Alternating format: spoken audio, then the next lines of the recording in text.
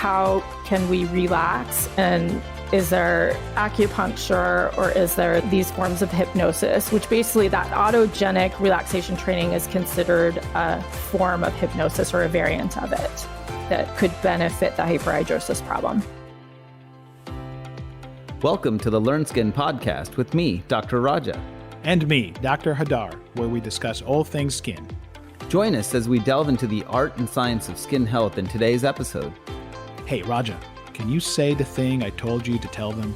Of course. We are board-certified dermatologists. This podcast is meant for educational and informational purposes only and is not considered medical advice, nor does it serve as a substitute for professional care by a doctor or other qualified medical professional. All opinions shared do not express the views of Learn Health, Inc. Let's get to the good stuff. Hey, Raja, how are you today? Hey, Hadar, it's getting so hot these days and I'm feeling sweaty, but you know what? We are talking hyperhidrosis. And did you know that was my very first patient that inspired me to apply into dermatology? Are you serious? I did not know that, Raja. I think that's one of three things that I still don't know about you, and it's getting smaller and smaller, that list, every day. Yes, absolutely. I'm coming to you live from Miami, where I am a bit schwitzy, as we say in my parts of the land. And certainly we know a lot of patients suffer with this. And initially you may think, wait, so a little sweat, what's the big deal? Well, maybe we can get someone to help us to understand, is this a real big deal? Yes, absolutely. And it is a big deal. And we have Dr. Karen Stolman, and she's a board-certified dermatologist, fellow of the American Academy of Dermatology. She also has an MBA. She will probably dance finances around you and me. Thankfully, we're just talking hyperhidrosis today. But still, she's been in private practice for over 20 years, and she is in Park City, Utah at Park City Dermatology. Welcome to the podcast, Karen. We're really excited to have you on. Thank you, Raja and Hadar. It's great to be here. I'm looking forward to sharing some ideas and how we can treat and manage hyperhidrosis and sweating. And you're reminding me how I got into this. And when I was in middle school, I still remember having sweaty palms, and I was really embarrassed by it. And so it's something that people of all ages, but especially I see a lot of teenagers first coming in at that age and, concerned, and their parents are concerned about it. And what can we do? And when you're young, you don't always want to get into fancy treatments like Botox, which can also be expensive. And so we want to know what we can do first, or what we can do that saves a little money. And being that I have that MBA, maybe we can work on saving money too. Exactly. Absolutely. Yes. The cost of healthcare is skyrocketing. And this thing seems to be a lot of times on the back burner kind of thing, right? People come in and usually it's an afterthought. Oh, by the way, I am kind of sweating a lot, and, we try to sort it out. But you're right. It's not always the first thing that comes to mind. And certainly when it comes to budget, because a lot of these treatments are out of pocket. But I wanted to ask you, how did you even come to think about other therapies for hyperhidrosis? Because we're going to talk about a bunch of things, but some of this is not really mainstream, so to speak. So before we even list those, how did you come about? What made you think about it? That's a great question. Well, I'll confess that I just have a personal passion for integrative approaches to healthcare, and I am a fan of the Integrative Dermatology Society and have attended the meetings. So my ears just perk up when I hear alternatives. But also my patients do ask, they just want these other ways to do things that they can do at home. They don't, especially coming off the pandemic, I guess that trend is still there, but to try and take care of things at home and also do it in a budget way and in what they think is a safe way. They may view these treatments, these alternative methods, as more natural sometimes. So we'll get into that. Karen, thanks for going over how you got interested in these other sort of modalities. But just to take a step back, hyperhidrosis can be quite debilitating to people. And sometimes I think people that don't have it don't understand. And can you talk a little bit about how does it impact their life? What are the day-to-day things we all take for granted that someone with hyperhidrosis might not be able to take for granted, and it may even profoundly affect them? Yes. I don't know if y'all remember, there was a movie called Broadcast News, and I'm going to date myself by referring to this movie because it's kind of older, but there was this incredible funny scene where the star of the movie who's an anchor man, and he's on the spot and he's nervous and he just sweats right through his shirt, and he's lifting his arms, and it's just really embarrassing for everyone. He's got sweat dripping off of him. And I'd say that's the best example of sweat in the workplace or hyperhidrosis and how handicapping that can be at your place of work, and how it just doesn't go well with certain jobs. And not to mention the fact that some people with their work, it's not only just appearances, it's when they're doing a task that involves their hands, and it can be a physical problem where it's causing slippage, or like people who are writing or typing things. And you also hear about school kids complaining about that too, interfering with their work and their schoolwork. Oh, yeah, sure. Yeah. There's also the social aspects, very embarrassing socially, when you're dating or just shaking a hand at clients or work. And I guess we're getting a little away from shaking hands with coming off the pandemic, but so that's helpful. But it's just nice to have that confidence that you can shake a hand or you can do these things and not worry and be embarrassed, by visible sweat. Yeah, there it is, Karen. I feel like more than the handshaking, it's the fact that you are probably losing confidence, and it's something that can affect you. If it affects you in childhood, it probably carries over into your adulthood if you don't really go back and address that in some way, shape, or form. Yes, that's right. It can be traumatizing for adolescents to go through this in school, and then they just fear it. It's always in the back of their mind, that risk of sweating in the wrong time or the wrong place. And so that there are studies that have pointed out the psychological impact of hyperhidrosis when it's untreated. This is why dermatologists can be the advocate for their patients and argue in favor of getting treatments covered sometimes and help our patients find a treatment. That was put together so eloquently. Thank you. I wanted to skip forward and talk about how you approach a patient that comes in and says, doc, I think I'm sweating too much or it's a burden. How do you sort this out? That's a great place to start with the conversation, because the first thing I'm thinking of when they come in is I just want to hear a little more about their history and how long has this been going on for. And we want to decide whether this is a primary form of sweating, primary hyperhidrosis, or is it a secondary form of hyperhidrosis. So primary is the brand of hyperhidrosis where it's going to run in the family, and it's going to occur mostly during the daytime and typically goes away overnight at bedtime. And the patient may have family members that also had sweating when it's the primary form. And we think of it as more like a hereditary form, and where there's a little overaction of the sympathetic nervous system. When it's secondary, we're considering other things, sometimes even rare diseases. But the first thing I think of when my patient's meeting me for the first time is what medications or supplements are they taking. And this also is going to bring up to age range, and, is it a menopausal woman? And we need to consider just menopause, and or is she trying some supplements? Or with a child, we're not thinking about menopause, but we're going to still ask, are they on a medication like an antidepressant? So SSRIs, SNRIs are a common culprit nowadays for secondary hyperhidrosis.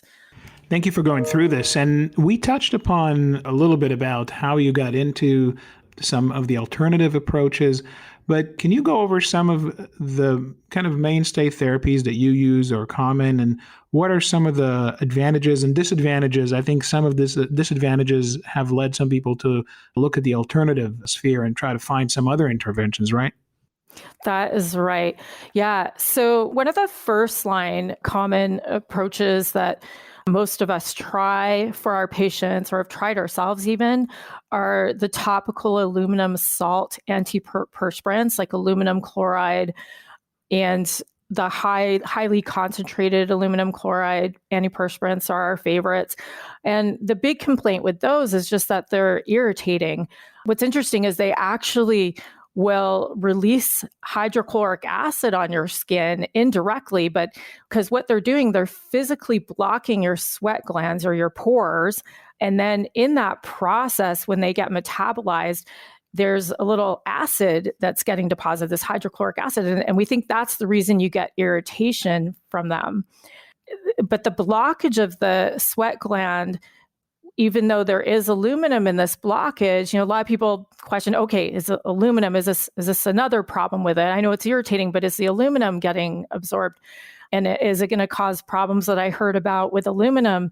Because there are some literature that's come out, with possible links between aluminum in the system and could be neurologic disorders aggravated or triggered by aluminum accumulation in our system. So we don't want to be accumulating aluminum, but there are studies, even there was one that just came out in 2020 that looked at aluminum absorption, if it's possible to have that absorption with the antiperspirants. And they found it's not significant. And so that's never been proven. So I'd say that the jury's still out on that, but probably unlikely that it would get absorbed through the pores just due to that mechanism where it's just blocking and sitting on top of our skin more than actually penetrating and getting in our system. Some people will also ask about the aluminum and the environmental issues, and they've heard about how aluminum is not good for marine animals and things like that might come up depending on what kind of patients you're having come in your practice. I know I've heard that before. And so these are some considerations and why some people may, shy away from the aluminum chloride antiperspirants. Then the second, when we go down the line of those, we consider, okay, well, the crystal deodorants, what about those? We get asked about those. Now that's just a deodorant more. It's going to prevent the bacteria buildup, which is responsible for the odor. They neutralize the bacteria, these crystal deodorants, but it's not really dealing with the excessive perspiration part of the problem. So that still needs to be addressed. Okay. So then we consider, how about Botox for this patient? And a lot of us consider the Botox right after the topical treatments. And sure, Botox we like, there's great medical literature to support it, but the cost is an issue. Some people have needle phobia. They really just can't handle the thought of these multiple injections, even though they're small. And we, and as the dermatologist who's providing the treatment, we don't think it's a big deal, but there's people who are bothered by that. So right. We're on the other side of the needle, so to speak, huh? Yeah, exactly. Right. When I do those treatments, I think of it as kind of like aerating a lawn where you're multiple poking, but that's not very fun for some people to be, on the other side of the needle. Right. Especially in the palms, right? That's not fun. Yes, especially in sensitive areas like palms and soles, and for sure.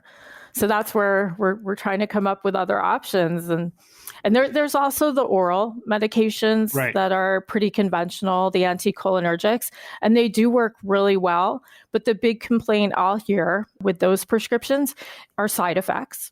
And the anticholinergic side effects can be quite unpleasant. And you'll be titrating the dose where you'll start with a lower dose and think, okay, you'll be fine. You won't get many side effects at the lower dose. But then the patient's coming back and complaining that it's not very effective at that low dose. And then you start increasing it, and then they're starting to complain about more side effects. So there's just such a fine line between the control of the sweat before you experience these unpleasant side effects. The other thing with the orals that I wanted to bring up is I used to put a lot of people on oxybutynin. And then I read the recent study that showed that people that are on oxybutynin long-term can have a higher risk for dementias. And so I've totally pulled them all off. Some of them have said, that was working pretty well. And then I tell them what my concern is, and they're like, forget it. Let's just go to something else. They don't want to have any part of it. I read the same thing you did. It was very concerning to me when I heard about the dementia. One of the concepts I wanted to introduce here, actually two concepts, is one is the minimal effective dose. What I try to do if there's irritation with the topicals or, combining with Botox and oral, I try to just find the minimal effective dose. And the other principle is combination therapy. And so this way you use one medication to spare from another. And so you just kind of get by with maybe a pill every 2 days and applying topically once every other day, and then doing the Botox injection, every few months. And so you keep the costs sort of at bay and yet minimize probably the side effects and maintain efficacy, which is the most important part. So I found in some patient that sort of approach actually worked well for them. And, it's kind of trial and error, and you try to find that. But it's a concept that's true for, I think, anything in medical practice. Well, Hadar, can I mention there's one more conventional treatment that we haven't talked about. There's the new cholinergic inhibitor that you can apply topically. Right. And just wipes. And I've had reasonable success with that, but it's a little hard to get it covered. What is your thought on that, Karen? Right. Yeah. The glycopyrrolate, so the brand name Cubrexa is available for prescription coverage. However, that's the problem. I've been encountering difficulty getting coverage with the patient's insurance. You do have to prior authorize it. There's step therapy where you do a trial of topical aluminum chloride before the insurance is going to cover it. But I've also just been hearing mediocre feedback on it. And the patients are like, sort of working, not great. And I've had some patients complain and go back to the oral anticholinergic, despite the side effects they experience with the oral, and they're just not thrilled either way, whether you go the oral or the topical. Yeah, I have to say, I think my experience too echoes that. Some of my patients really love it. They absolutely love it. But I have many others that are in the same boat as you, just wondering, is there anything else that they could do, I guess. And Hadar, you've been trying to lead us there because that's like the punchline for this entire podcast, right? Is what are these other methods? Yes. Okay.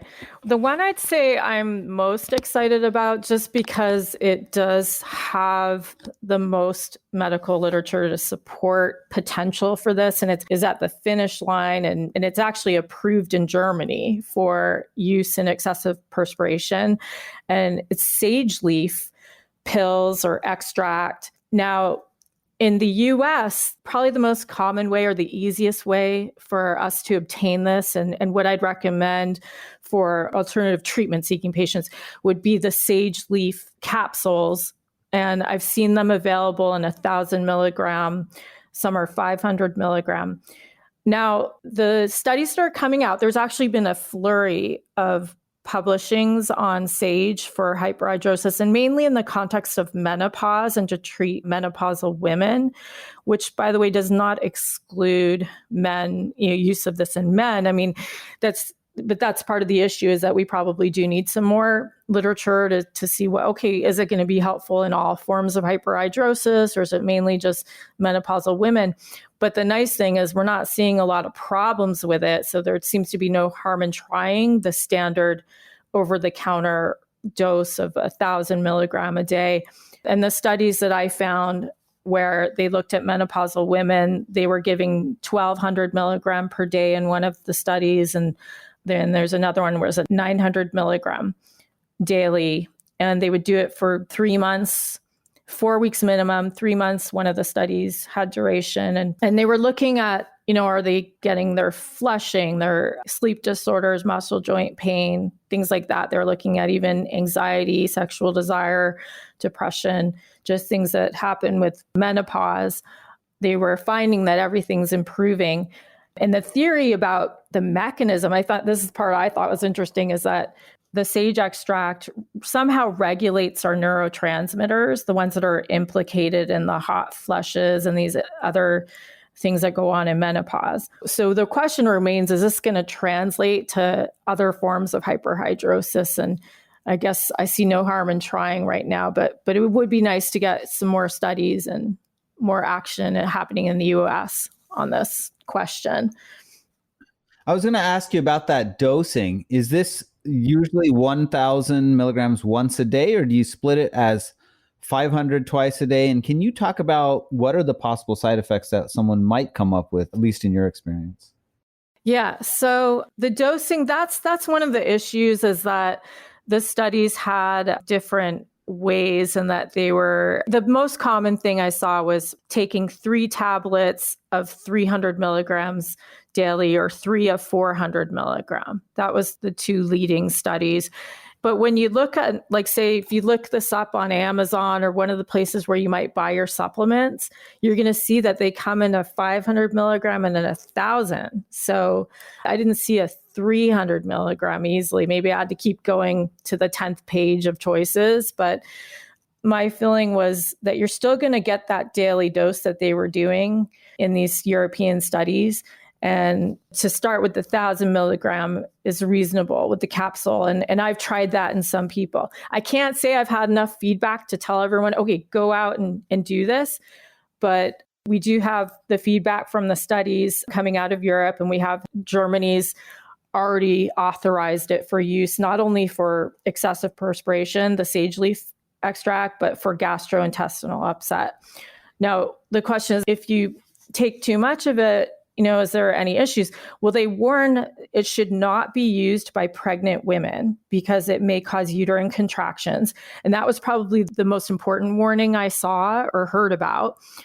And in addition to that, you should not be using the essential oil of sage because that contains high levels of a toxin, and the toxin's called thujone. And that's spelled Thujone. So I think with those precautions, then the 1,000 milligram a day, that's what I would start at and then go from there. And it's rare that I saw or heard about problems or side effects. But as we know, we can have side effects when we overdo any supplement. And we just want to start with the minimal dose. I liked how you said it earlier, the minimum dose needed. And so, yeah, I'm conservative and just start with the minimum. But I think this has some promise. Some other things that have been on the pipeline that you'll see about our alternatives are not necessarily new. They're kind of old. There is some small studies, some case series on acupuncture. The acupuncture treatment is done a few times a week. I saw over a month's time. And now part of that gets tied in with like, okay, is it causing relaxation? Is it relaxation therapy? Because that's also been mentioned in the literature as helpful for hyperhidrosis. And there's biofeedback with hypnosis. So the combination of relaxation and hypnotic techniques, and then you monitor it with the biofeedback technique is to measure the conductance of the skin, basically. And there's different ways they do that. You can look at, there's something called a GSR, which is the galvanic skin resistance. And so these are more like research tools that come up and are only available in psychology practices or psychiatry practices where they may have biofeedback. So this would be something we'd refer to. It's not something I would have in my practice. This is really fascinating because sage or Salvia officinalis. In Ayurvedic medicine, if you look at the three doshas, it's supposed to be pacifying of kapha, which is one of the drivers in hyperhidrosis. So it's kind of interesting that you have this traditional knowledge, and now it's amazing that Germany seems to always kind of set the pace on these sorts of things in terms of looking at integrative approaches. But how interesting. Yes. Also, what is your thought on, because there is this acetylcholine burst and this parasympathetic overdrive. Has anyone looked at things around, I know you talked about biofeedback, but are there ways that we can really focus in and hone in on that? Are there mind-body approaches that you've seen work reasonably well? And what's your experience with hypnosis? Have you tried that with your patients or referred them to a provider? Yeah, that's a good question. I have referred people when anxiety comes up because many of the patients, and this is where it gets this kind of confusing because they'll be on an SSRI or an SNRI for their anxiety, and that's causing more sweating. Plus, they already had sweating problem before they went on that medication, and they didn't even know that their SSRI or SNRI was probably aggravating their sweat and their hyperhidrosis. So the first thing I'm asking them to consider is see if you can lower your dose of your SSRI, SNRI, and replace it with some other alternative methods if needed. Go back to the psychologist or psychiatrist and see if there's some relaxation therapy. And so they talk about, in particular, there's something called autogenic relaxation training that comes up in the literature on treating hyperhidrosis with biofeedback. And so they combine it basically where they're looking at the skin conductance, which should increase when you're sweating more. And that's our measure of whether things are improving or not. And they'll look at that while they're doing the autogenic relaxation training. And I can't say I'm not an expert or very knowledgeable about how to do autogenic relaxation training. So I'd be referring to specialists who would offer that or just considering alternative modes of relaxation. So I think that's the key theme, is that how can we relax, and is there acupuncture or is there these forms of hypnosis, which basically that autogenic relaxation training is considered a form of hypnosis or a variant of it that could benefit the hyperhidrosis problem. Well, I think the lesson always ends up somehow being the same. We all need to lower our stress level somehow, right? Exactly. In order to just feel better. It turns out that holistically, it just works. If we just relax, and certainly can save you maybe a few milligrams on that medication, or maybe a whole dose. Just remove that and go to the lower dose. But regardless, listen, Karen, this has been fascinating. I actually learned quite a bit, and I thank you very much for taking us through the burden of this condition that we don't speak about often, but also going through this vast array of treatments that turns out that are available to us way beyond just our pharmacopoeia. So thank you so much for your time, your expertise, and I'm looking forward to talking to you more. You are so welcome. Thank you. Hey, Raja, what are you doing this October 22nd through the 24th? There's only one right answer to that question: the 4th annual Integrative Dermatology Symposium. Of course. Now, a question. Are you going to travel all the way to Sacramento, California to meet me in person, or are you going to join virtually in your pajamas? Pajamas in person? Well, you might see me in pajamas at the Sheraton Grand in person in Sacramento, or maybe I'll be in a Jolly Folly costume. Who knows? But I'm excited to chair this hybrid one-of-a-kind conference with you, Hadar. Well, man, I do love this unique event our team just put together. This is an event that really takes an integrative approach to common patient questions, also an integrative approach to challenging dermatology diseases. We also are going to cover aesthetics and have practical takeaways to start using in the clinic right away, just when you come back. So, this is the kind of information I just can't find with any other meeting. So true. And the good news is it's not just for us. It's for practitioners of all backgrounds, and everyone is welcome. Use our discount code IDS25 at checkout for 25% off registration. And you can find us at www.integrativedermatologysymposium.com. Come say hi and tag us on social if you'll be there. And our tag is @Integrative Derm Symposium. We hope to see you there.